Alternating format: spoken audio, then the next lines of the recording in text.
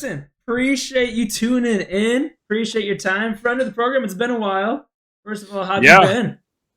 good. I was trying to think when we talked last time when that was and what we were talking. Was it after they hired Ben Johnson? I can't remember now. It's I been a know while. it was like it had to have been after. It was definitely free agency time that we were Okay. chatting. Free agency draft time. It was definitely that point of time, but super excited to have you back on the program. Obviously, a lot of stuff to talk about. Bears beat the Commanders Monday Night Football. How are you feeling? Huge game. I feel like it's kind of like a rivalry for me. We are talking a little bit about the chat, the whole Jaden versus Caleb Hail Mary rematch. But how you feeling after that Commanders game and some of your initial thoughts? My initial thought when it went in was honestly relief. It was a very frustrating game to watch for a lot of reasons. The officiating was poor. You know, regardless of who you're a fan of, you don't want to watch a game with a lot of flags. I didn't. That wasn't enjoyable. We knew that was the storyline coming in. They were the most thrown penalty flag crew in the NFL. I thought they battled, got through the adversity. You know, they've won 2 games in a row that I don't think they would have won before. So I think you got to feel good about that. Are they firing on all cylinders? No, but they found some solutions in the run game during the bye week, it would appear, both offensively and defensively. I thought they did a pretty good job of containing Washington's run, too, and they've been one of the most potent rushing attacks in the NFL. So I feel pretty good. I mean, the fun part about it, and Ben said this, I think, yesterday, is they aren't playing close to their best ball, at least what they believe. And I agree with him. And they're still finding ways to win games. And this one in particular against a quality opponent. So it's exciting. Got to turn the page. The Saints they're a pretty scrappy team. They've been in a lot of their games. They're only 1-5. It's a team you should beat, but it's also a team, if you overlook them, you could be in trouble late in the game. So if they can get this one, then you really might have something to get excited about moving forward for this season. Yeah, I think you touched on a couple really good points there about the Commanders game, right? That run defense, that was my biggest worry going into that game. I think the two biggest weaknesses on this team is our run defense and rushing the passer of the opposing team, and our run game offensively. And that looked really good on the offensive side of the ball. But who or what impressed you the most with that Commanders win? I think really just the coaching staff to find those solutions. You know, you could point to certain players. I thought Darnell Wright had a hell of a game. I mean, he's playing with a bad elbow and he's just having to tough it out. I thought that was his best game of the season. They really leaned on him late in the game, running behind him. He blocks a couple of guys to spring Swift loose to make it a much more manageable field goal for Jake Moody.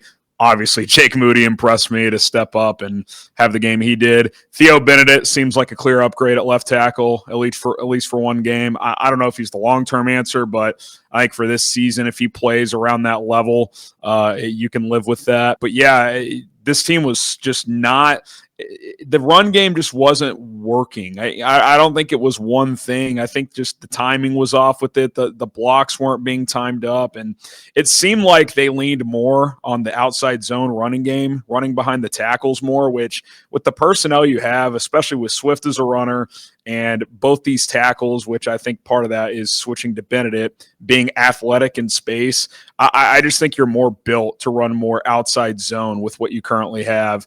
So I think that's a good adjustment they found. And clearly getting TJ Edwards back made a huge difference stopping the run. I thought he had a great game. He was shooting the gaps. Defensive line played better too. Still not great, but from bad to okay is an improvement. So, yeah, I mean, I think they had some key guys step up, but I think just schematically and game plan wise, it was a pretty smart plan with those adjustments. Yeah, I think 2 out of the 3, concerns I had going into the game, they address, and I just hope they continue building upon that with the running game, stopping the run, rushing the quarterback. I think Dennis Allen did get a little bit creative with having Kyler Gordon back in terms of I saw a lot of blitz, and I love that. I think not just the whole team, but the defense specifically played so well as a unit. They were getting to the ball, they were aggressive, they were playing hard, and I really love the fact that we were able to stop the run. I'm hoping that we can continue seeing that. Do you think it was like a TJ Edwards that was what was missing the first couple of weeks of the season, or why do you think they had so much success stopping the run against an offense that is one of the best in the league at running the ball.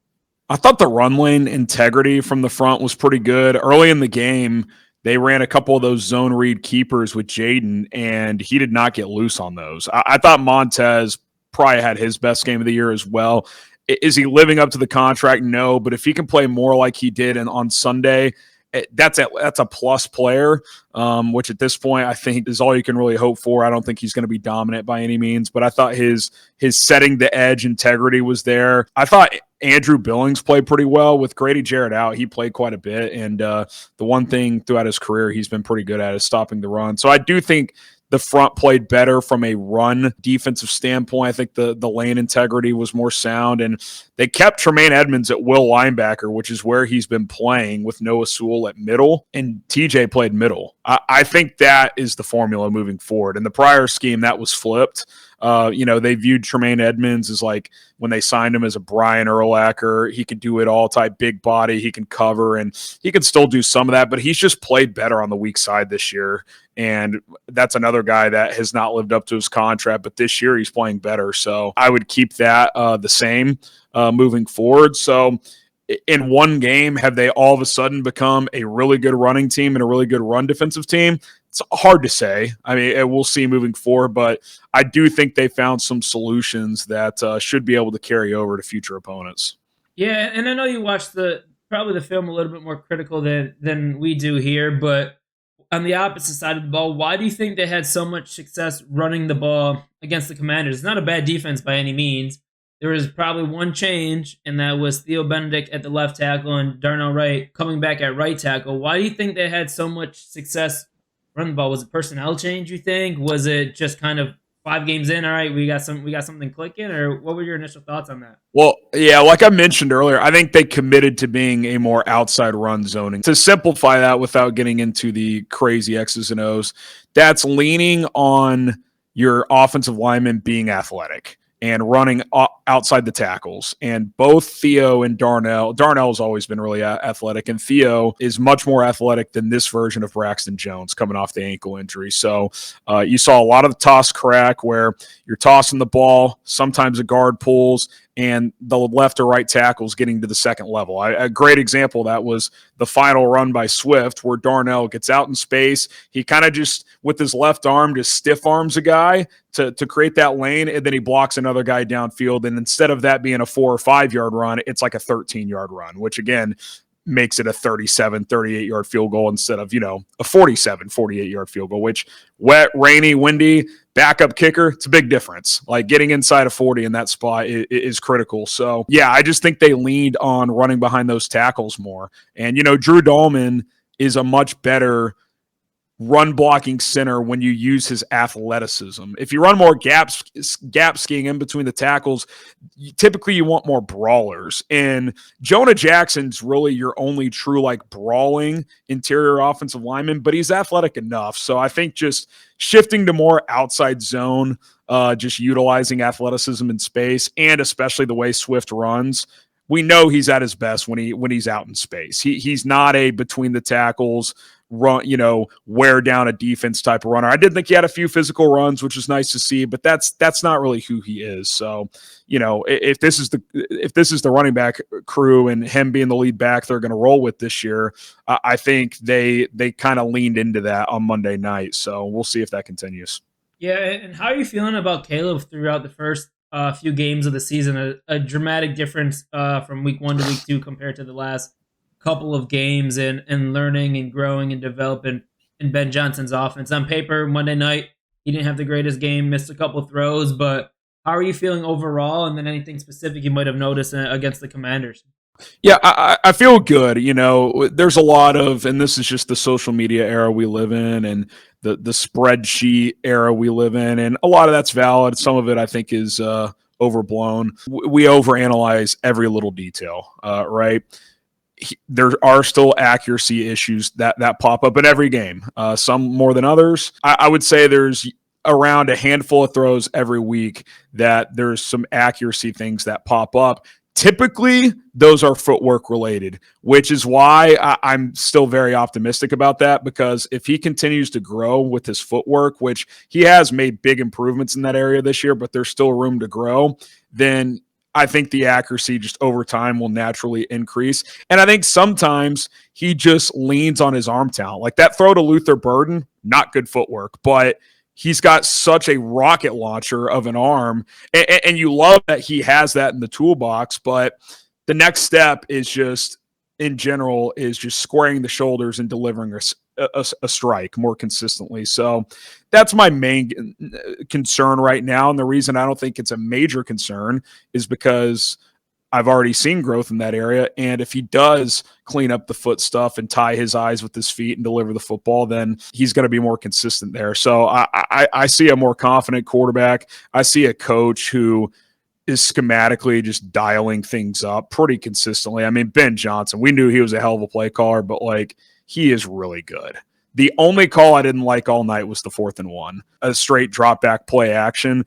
I don't mind throwing there, but I think run a hard boot, get Caleb on the edge where he has the option to potentially run if something frees up. But other than that, I thought Ben called a great game. So is Caleb fully developed? No. Does he still have a long way to go? Yes. But I think you're seeing strides. And here's what I'll point out too. The accuracy is hovering around 62%. You'd like to be that 65, 66. I know they set the goal of 70. I think that was always unrealistic this year.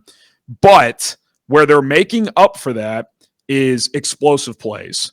Caleb Williams and this Bears offense have hit a lot of 20-plus yard passes this year. And so, yeah, you're missing a few a game, but if you're generating explosives, that's where you can really open things up and score a lot of points in this league when you're getting 20, 30, 40 yard chunks. And they've had a lot of those this year, and they would have had another one if Olamide Zaccheaus didn't drop that one ball. My first thought on that play was drop aside is if that's Luther Burden, I think that's a house call. And so I hope that Luther Burden, who on a limited snap count popped multiple times in that game, I'm looking for his workload to increase. Yeah, well, hopefully DJ Moore plays and hopefully he recovers quickly. However, if he is out, it's an opportunity for Luther Burden to get some more reps, some more targets, and prove why he was a second-round pick. Going back to Caleb a little bit here, Harrison. I know on paper he didn't have the best game Monday night, but it was just something different about his energy, kind of his moxie when they were shooting to him on the sideline that I didn't notice in the first couple games that made me feel so confident in him on Monday night. I don't know if it's just me or like were you, but like when he was on the sideline getting pissed off, he wasn't happy. Like that's what I've kind of wanted to see from him over the last, I guess, this season. And in the first couple of games, we didn't see it. We saw him smiling and stuff, but I don't know if it was personal because he was in Washington. It was Jaden, but that's what I want to see consistently. And I haven't been so confident in a must-needed drive from our quarterback in my whole lifetime as the Chicago Bears. We saw it throughout different courses of games last year with just the kicker or the head coach failed him. But the way I have the most confidence in Caleb. If there's one drive and we need to get it, he'll put us in a position to win, whether our kickers do it or not. Luckily, Jake Moody did it Monday night. But I don't know if you noticed that for me, like when I saw him go on the field, I was not stressed at all from our quarterback getting us in position. The kicker was a different story. Like, is that how Chiefs fans or Bills fans or Ravens fans, did you notice that or did you feel that as a fan when he was getting on the field that last drive? Well, that and to the sideline stuff, the haters will call that bad attitude. I call it competitive fire. Yeah. Because there's a difference. Because last year, there were body language issues, and it felt like, especially as the losing streak went on, that, at times maybe he just not would check out, but he's just like, oh, here we go again. We got no chance of winning. Like in that game, the one time when he really got fired up on the sideline was after that snap thing where I don't know if the snap was supposed to be snapped. It was kind of high and outside. He didn't squeeze it, a multitude of issues. And he was fired up about it because that was a critical play. It was 3rd and 1. They ended up kicking a field goal and it got blocked. So that was a huge moment in the game, and he was pissed off about that. And I'm like, that shows me he's got a fire to him. Like he wants to win. And what's funny about him coming out? I don't think anyone would have thought this.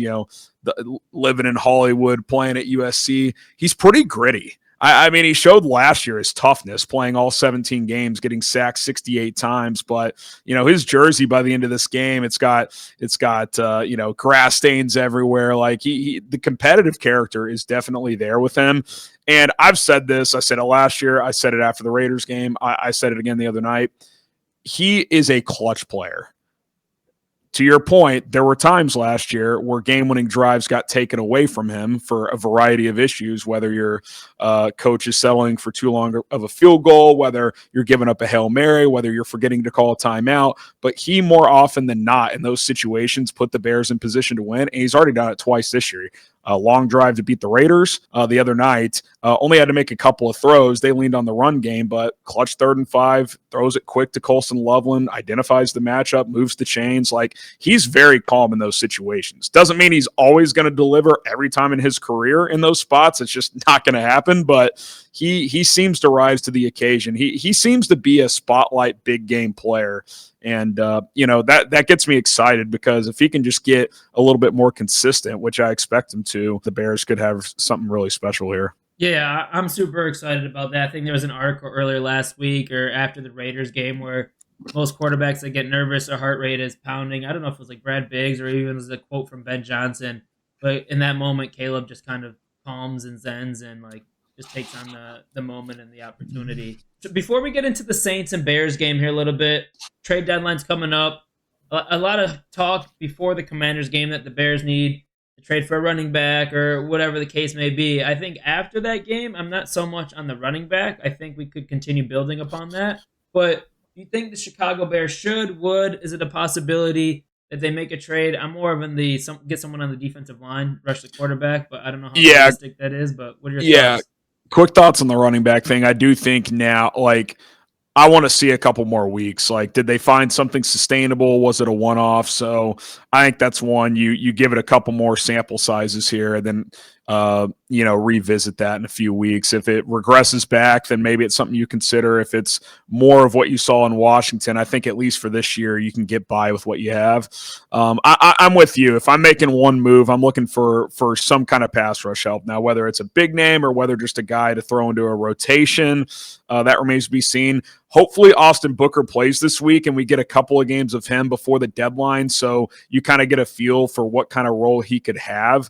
Because if he comes in and plays the next 3 games before the deadline and has an impact, then maybe you just kind of stand pat there. So that could be an X factor as well. But I think the biggest weakness on this team is the inability to rush the passer. It was a little bit better the other night, but it's just not nearly consistent enough. Dominique Robinson is second on the team with 1.5 sacks. That it just can't happen. I mean, most of us said he's not going to make this team, and he's second on the team in sacks. Bunch of guys have one. Javon Dexter had 1.5 the other night. He's got 2.5 this year, so he continues to flash. It's not quite game-to-game consistent, but I like what I'm seeing from him. But yeah, you just don't have that one guy, and I don't know if you're going to find that one guy, but at least if you can add someone else into the mix to bring in on third downs and give you a shot to get home, I think that's something I'd be very interested in, depending on the cost, of course. Yeah, a dream scenario would be like a Max Crosby. I think Trey Hendrickson is a little bit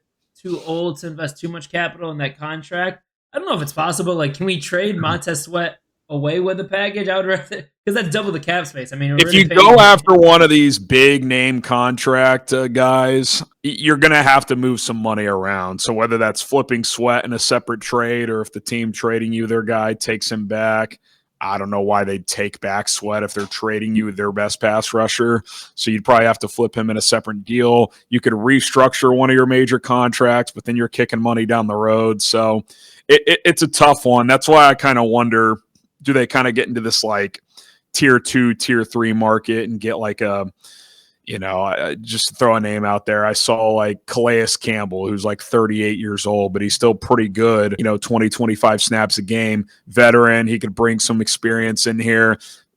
Position flex, he can kick inside a little bit as well. Like, do you trade like a 6th-round pick to Arizona for someone like that to just help you down the stretch? Maybe that's more the type of move that you do, but we'll see. I think the next couple of weeks will dictate a lot. How do they play? How does the D-line look? Do they win the next couple games? And then they'll go from there. I don't think a move would come this week. So you beat the Saints, get to 4-2. Maybe you start to hear more of that chatter. Yeah, good lead into the next topic here before we let you go is Saints versus Bears matchup. Talk a little about injuries first. Any noticeable injuries for either the Saints or the Bears? I know we got DJ Moore and then Sewell that got that concussion and a friendly fire. Cairo Santos. I mean, I know you pay a lot closer attention to some of that stuff So than we might.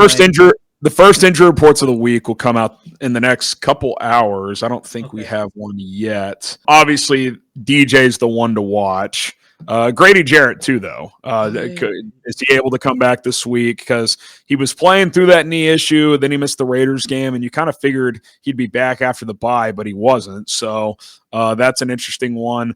I would not expect Noah Sewell on a short week with a concussion to play this week. He'll probably miss this week, but with TJ back, he should be fine there. DJ and Grady, the ones to watch. The closer thing to watch for the Saints is a lot of trade buzz around them. I wonder, I mean, do they flip Chris Olave? Could that happen before this game? That would certainly be nice if you didn't have to face Chris Olave this week. But we won't have the full picture, at least to start the week, until later this afternoon. But I think for the Bears, DJ, Grady, and then Cairo are the ones to watch. And I think with Cairo, it wasn't perfect with Jake Moody. A couple of the kickoffs went for touchbacks. You're not trying to kick touchbacks with the new rule. A couple of his field goals were lower flighted kicks, but I thought he was good enough where I'm probably waiting until Cairo's 100% healthy. Like there's no reason. He already has a weaker leg, so if he has a leg injury, like I think you have to wait till he's 100% to bring him back. So we'll see how they manage that this week. But I thought Moody kicked the ball well enough that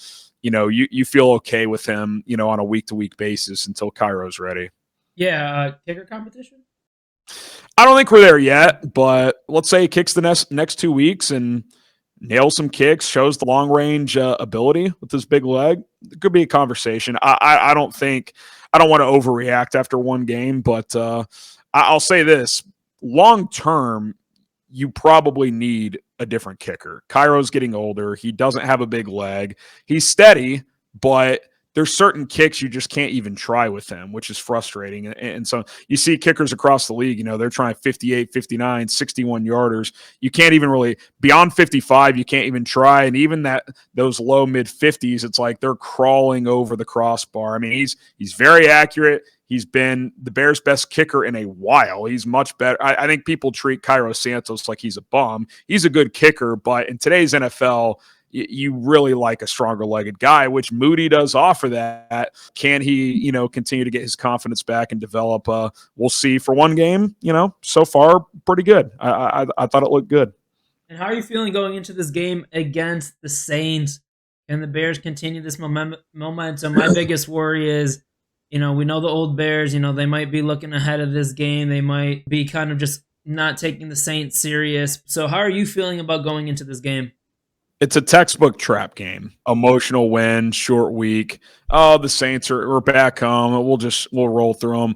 I will say this. I don't think this coaching staff will allow that type of behavior. They'll really harp on that early in the week, if not already. Dennis Allen should be motivated to have a good defensive performance. It's his former team. It's pretty much the same personnel for the Saints offensively. Kelvin Banks is new, the left tackle, but Rattler was the quarterback by the end of last year. It's the same running back, and the Bears are the better team. So if they come out with the proper intensity and play at least a B-level game, they should win. But the Saints have shown in 4 of their 6 games, they've been one-score games. They crushed the Giants a couple of weeks ago.